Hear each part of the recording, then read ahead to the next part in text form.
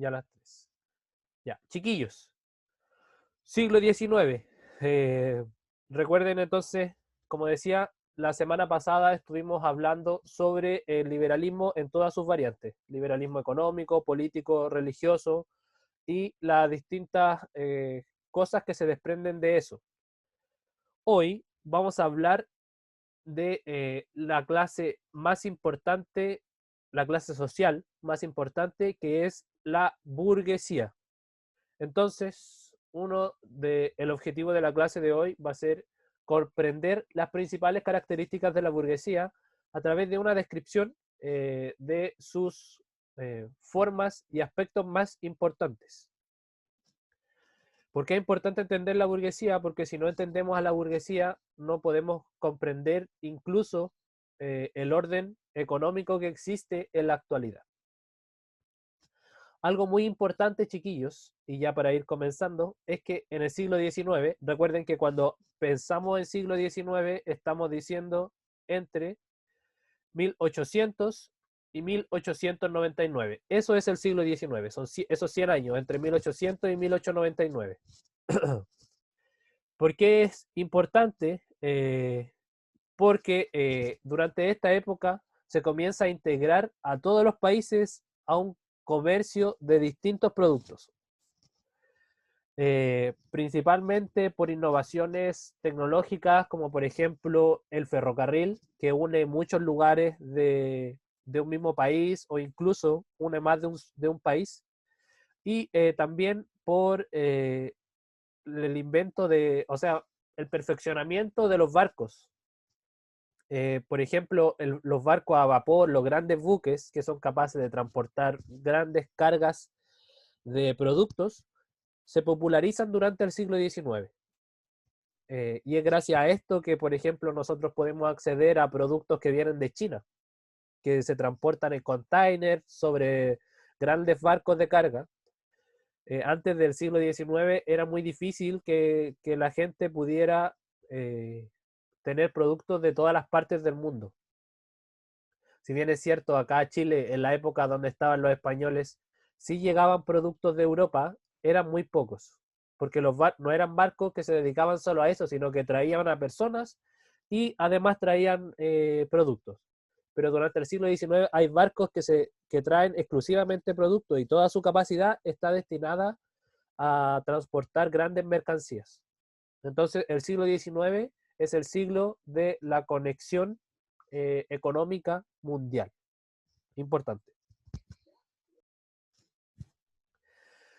Como habíamos dicho en la clase pasada, chiquillos, durante este siglo el liberalismo se expande por todo el mundo. Recuerden, la libertad es lo más importante, en teoría. Siempre pensando esto como una teoría. Recuerden que a pesar de que se decrete que la libertad es lo más importante, aún las mujeres no van a poder votar hasta 100 años después. Aún existe la esclavitud, aún se siguen tomando a los negros como a las personas de raza negra como personas inferiores. Entonces era una teoría, ya no se llevaba mucho a la práctica a pesar de que todo el mundo, para ser popular o para tener la simpatía de las demás personas, decía, no, yo soy un liberal. Pero en su práctica a lo mejor incluso tenía esclavos en su casa. Así que todo esto es pensando en una teoría, más que en la práctica. Eh, Chiquillos, hay muchas transformaciones durante el siglo XIX, hay una oleada de revoluciones en Europa. Ya hay varias revoluciones importantes. En Europa, chiquillos, se dan revoluciones en el siglo XIX que se conocen como las oleadas revolucionarias. Ahí hay una de las fotos de Francia, de la Revolución Liberal de Francia. En 1820 hay una revolución en España donde las clases medias y el pueblo se unen en contra de las monarquías. Ya ellos empiezan a exigir mayor participación, mayor democracia. En 1830 también hay una revolución liberal en Francia. En 1848 hay una revolución del pueblo, de las clases pobres en contra de las clases altas. ¿Y cuáles son las consecuencias de estas revoluciones? Principalmente en Francia, por ejemplo, se consiguió que todos los hombres, independientes de la riqueza que tuvieran, y también de la clase social a la que pertenecían pudieran votar. Eso es muy importante y en Francia pasa durante el siglo XIX. Acá en Chile recién en los años 20 se empieza a masificar un poco también, en los años 20 me refiero a 1920, 100 años después o 80 años después de lo que pasaba en Francia, todos los hombres comenzaron a poder votar.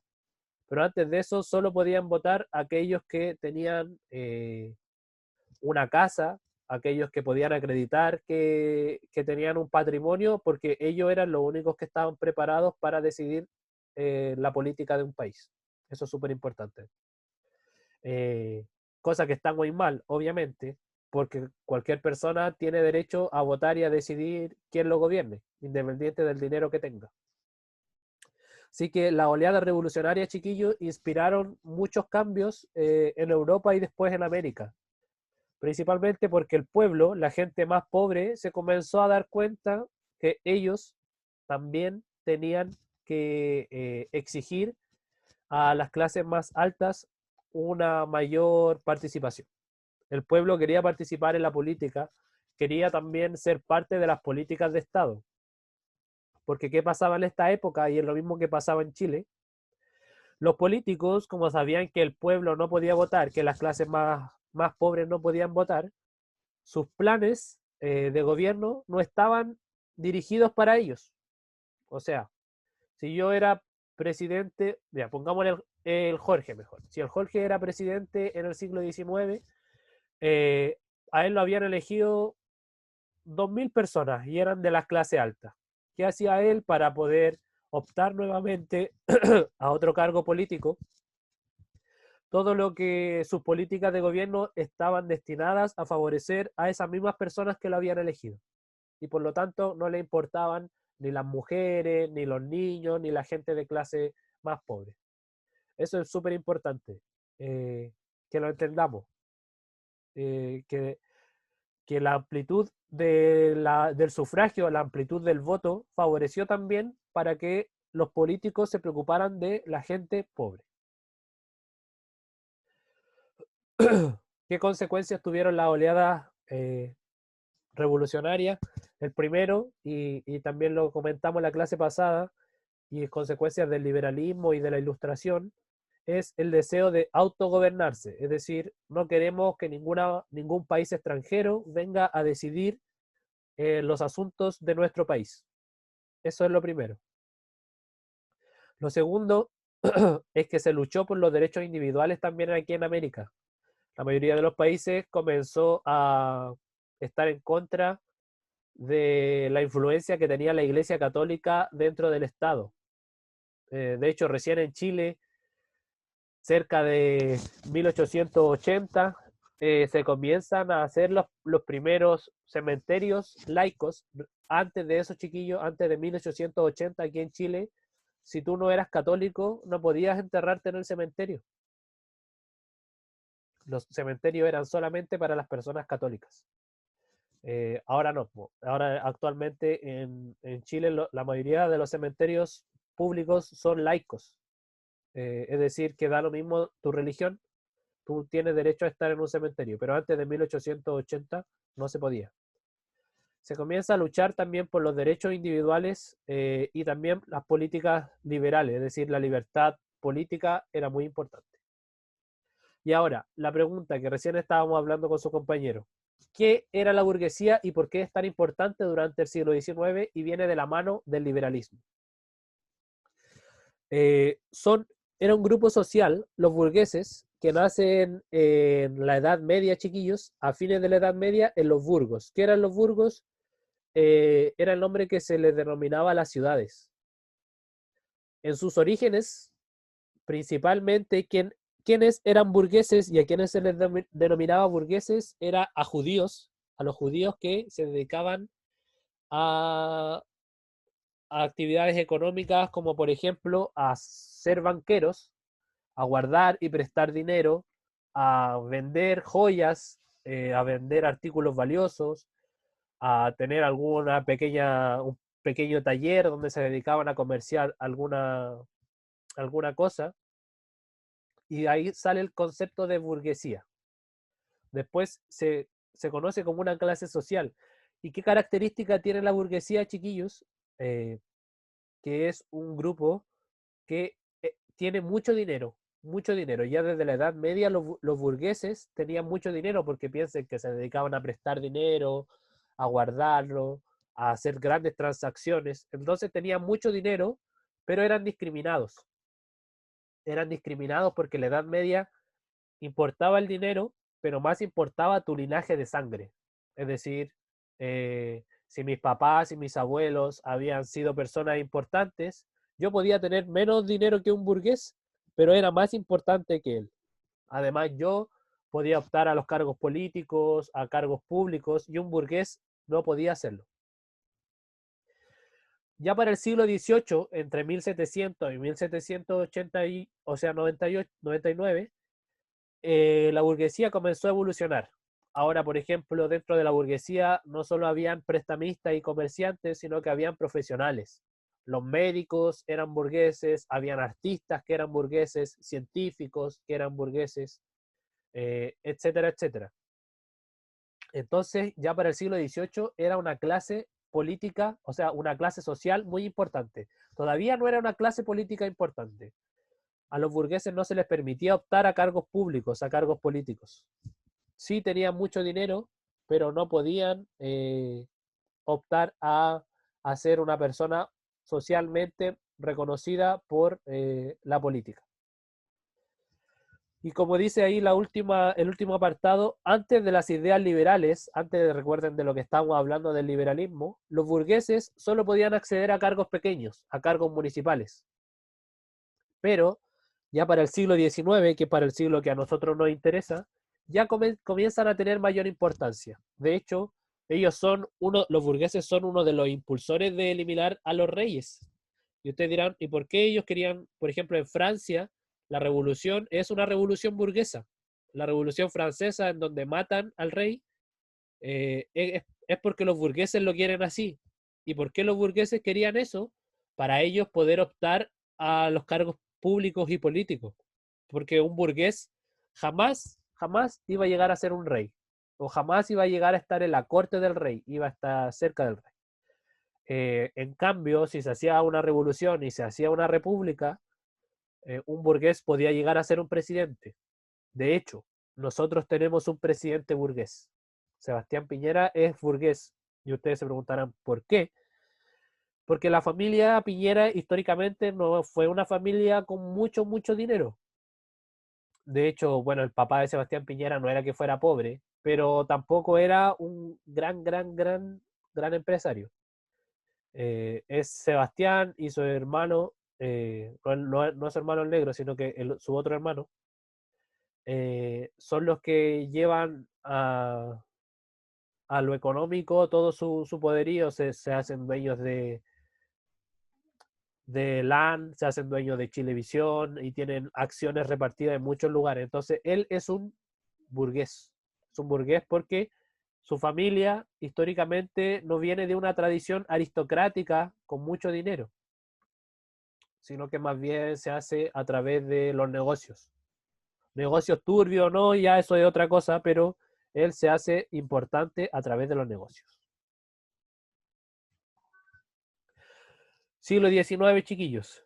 La burguesía comienza a ganar espacio político, económico y social.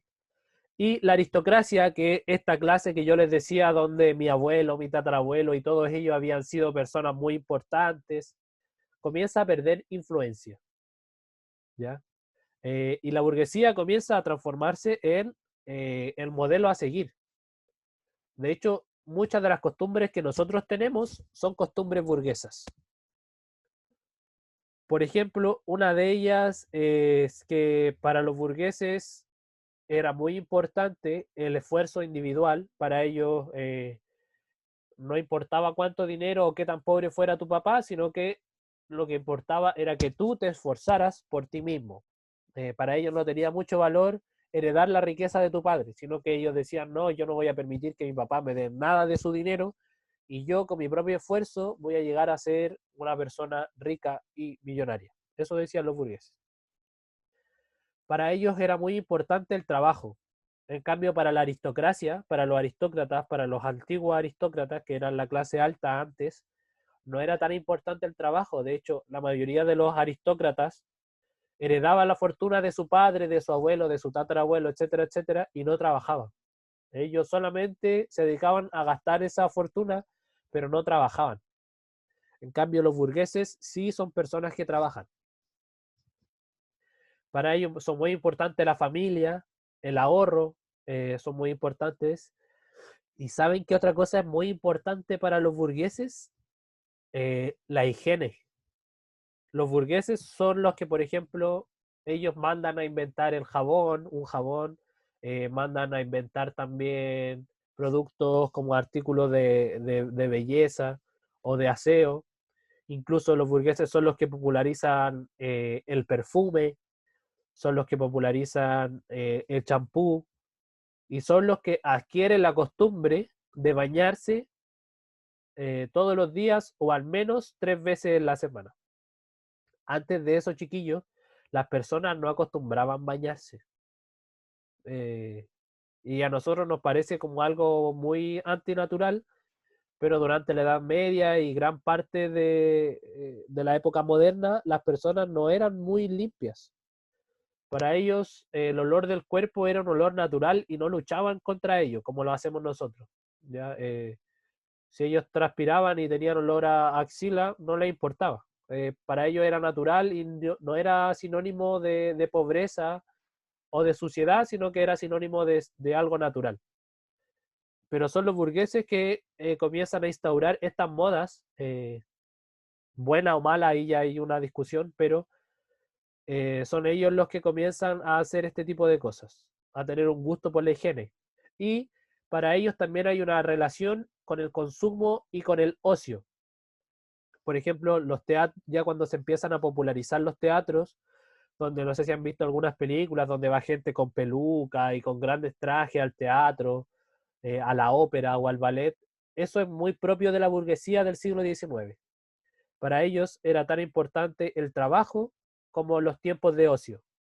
El teatro, el ballet, la ópera, eh, también otros tipos de música son muy importantes. Y eso es una herencia que nosotros tenemos de los burgueses. Son muy importantes los burgueses. Dentro de los burgueses chiquillos, también hay distintas categorías. Podemos distinguir 3 tipos de burgueses. Está la alta burguesía, que obviamente son los que tienen mayor poder adquisitivo, mayor dinero. Empresarios, banqueros, grandes industriales, dueños de flotas de comercio y de transporte. Esos son la alta burguesía, los que tienen mucho, mucho, mucho dinero. Luego está la burguesía media, que podríamos decir que es una burguesía con dinero, pero tampoco multimillonario. Eh, ¿Quiénes están ahí? Algunos profesionales, por ejemplo, abogados, médicos, puede ser también algún artista muy, muy famoso, muy reconocido, alguna persona que sea dueña de un negocio relativamente grande. Esa es la burguesía media. Personas que no son pobres, pero que tampoco son tan ricas. Y también está la baja burguesía, que son comerciantes, artistas, vendedores, que son, tienen más dinero que la gente pobre, pero no le alcanza para darse grandes lujos, sí le alcanza para sobrevivir. Y ahí se ve una foto, por ejemplo, de una oficina en donde las personas, los burgueses del siglo XIX acostumbraban a andar de traje, con sombrero, con estos lentes que son como redonditos, que se ponían aquí para leer, mucho papeleo, mucho diario. Esa es una característica de la burguesía. ¿Qué cosas nos aportan los burgueses y nos aportó la burguesía? ¿Qué es lo que ellos impulsaron? Difundieron el capitalismo, es decir, la producción, el consumo, difundieron que las personas pudieran acceder a productos porque eso también les convenía a ellos. También el avance de la tecnología, muchos avances científicos y técnicos son gracias al impulso que le da esta nueva clase que buscaba sacar el máximo beneficio económico de todo. Y también ayudaron a modernizar los estados. Como les decía, los burgueses querían un estado democrático. Ellos lo disfrazaban de que todos tuvieran oportunidades, pero en realidad lo que querían los burgueses era ellos estar en el poder. Y ustedes se preguntarán, pero ¿para qué querían tener poder político si ya eran los más importantes económicamente? Porque ellos creían que si ellos podían estar en la política, podían favorecer aún más sus negocios. Y es lo que pasó en Chile durante el siglo XIX. Después lo vamos a ver nosotros, pero la lucha entre conservadores y liberales se da principalmente para favorecer a los negocios familiares, los negocios de sus amigos, y esta es una de las características de la burguesía. Se quieren dedicar a la política no por una vocación de ayudar al otro, sino que los burgueses se quieren dedicar a la política para favorecer sus intereses personales y de grupo. Bueno, algunos postulan que con la burguesía la desigualdad económica fue incluso mayor que cuando habían reyes. O sea, ¿qué quiere decir esto? Que como los burgueses querían sacar el máximo beneficio económico de todo, y para ellos era muy importante el ahorro y todo eso, ellos se fueron haciendo cada vez más ricos, pero sus trabajadores se fueron haciendo cada vez más pobres. Entonces, claro, la burguesía trajo muchos cambios positivos, pero también aumentó la desigualdad económica. Y basta mirar a nuestro alrededor, prender la tele para darse cuenta, chiquillos, que hay personas en nuestro país que viven en unas condiciones extremadamente pobres y aunque trabajen toda su vida, les va a costar salir de ahí. Y eso también es producto de la burguesía, porque la gente que tiene mucho dinero trata de abaratar al máximo los costos. Y otra cosa importante de la burguesía, que ellos también estuvieron a favor de la educación de las mujeres.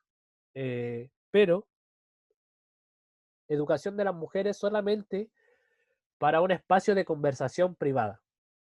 Las mujeres durante el siglo XIX en Europa y en Chile no podían, por ejemplo, participar de una discusión pública de política, no podían exhibirse como una mujer que tenía opinión centrada sobre algún tema particular económico o político, pero sí lo podían hacer dentro de sus casas. Entonces, las mujeres del siglo XIX sí se educan, pero no se educan para participar en política o para participar en los negocios económicos, sino que lo hacen para un espacio de conversación cuando iban sus amigas o cuando había una comida en su casa, ellas podían hablar, pero en el espacio público no podían ejercer una opinión. Eh, Siento que he hablado mucho hoy día. Creo que vamos a llegar hasta aquí. ¿Me están escuchando o no? Sí, yo lo estoy escuchando. Ya, gracias, Sí, Valentina. profe. Sí, me están escuchando, ya, qué bueno. Hablé muy rápido, ¿me entendieron? ¿Alguna duda? Creo que hoy día vamos a llegar hasta acá nomás. ¿Alguna duda, niños? De pana. ¿Todo bien? ¿Entendieron qué es la burguesía? Para que no se le olvide nunca. Sí, Sí, sí. Recuerden, grandes comerciantes, buscar el máximo beneficio de todo. Hay distintos tipos y esto también entra en la PSU. Dígame, ¿cuál es su pregunta?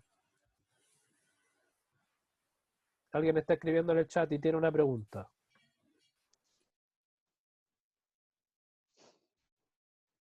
¿Cuál es? ¿Cuál es su pregunta? No escuchamos.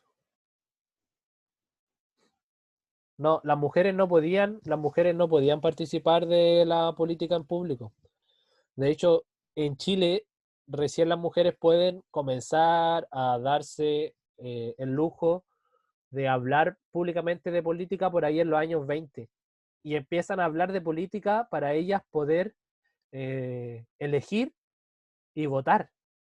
Y recién en Chile pueden votar las mujeres en 1949, es decir, no hace tanto tiempo.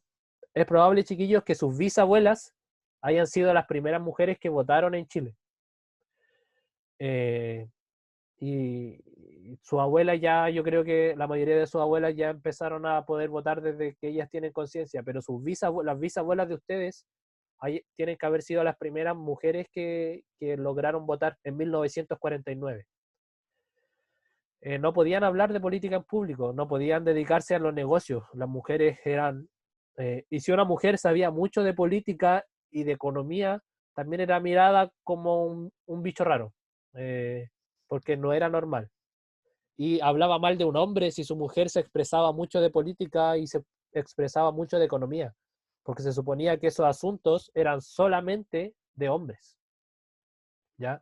Y ahí uno ve cómo este machismo que a veces a nosotros nos parece como Machista. era muy, muy machista, Ujú. muy machista. Si bien es cierto, hemos avanzado en ese tipo de cosas, pero sigue existiendo en la actualidad. Sabemos que sigue existiendo. Ujú. Así que eso, chiquillos, ¿alguna otra duda? Nos quedan, Profe, dígame. lo de los burgueses, cosas de, algo de los judíos y los burgueses que no entendí muy bien. Sí, que en un comienzo los burgueses, los primeros burgueses, la mayoría eran judíos, porque los judíos eran los que se dedicaban al comercio, a ser prestamistas, a tener joyas. En un comienzo eran judíos. Después todos pudieron convertirse en burgueses, pero al comienzo de la Edad Media eran judíos. Los primeros burgueses fueron judíos. Y eran muy discriminados por los demás. Tenían mucho dinero, pero eran muy discriminados. Así que eso también se les tiene que, que acordar. De hecho, hasta la actualidad se sigue asociando como a la clase comerciante, a los comerciantes con que son judíos. De hecho, había un dicho antes que las personas que como que cobraban mucho, eran usureros, se les decía que son judíos para cobrar ustedes. Así se les denominaba a sus papás, se deben acordar de esto. Pero eso también se dice.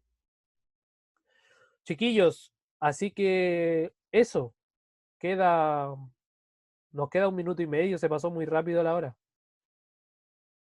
Queda 1 minuto y medio, así que hoy día no les voy a dejar nada, ninguna tarea, ni que piensen ni nada, pero la próxima clase les voy a dejar otra tareita. Espero que estas dos primeras clases que hablamos sobre liberalismo y hablamos sobre burguesía, ya se las vayan un poco grabando y les vaya quedando más claro. Sí, yo voy a tratar de subir los videos de aquí a mañana, los dos, porque no los han subido al canal del liceo, los voy a subir al mío propio. Y ahí vamos a ir despejando dudas y si algo no les queda claro, me preguntan, ¿ya? Así que eso, chiquillos, algo más, nos quedan como 30 segundos. Se va a cortar en cualquier momento. ¿Cuándo se inventaron los garabatos? Cuando se inventaron los garabatos, han existido siempre. Siempre, siempre, siempre. Está rica la lluvia. Está muy rica la lluvia. Sí. Así que eso, chiquillos.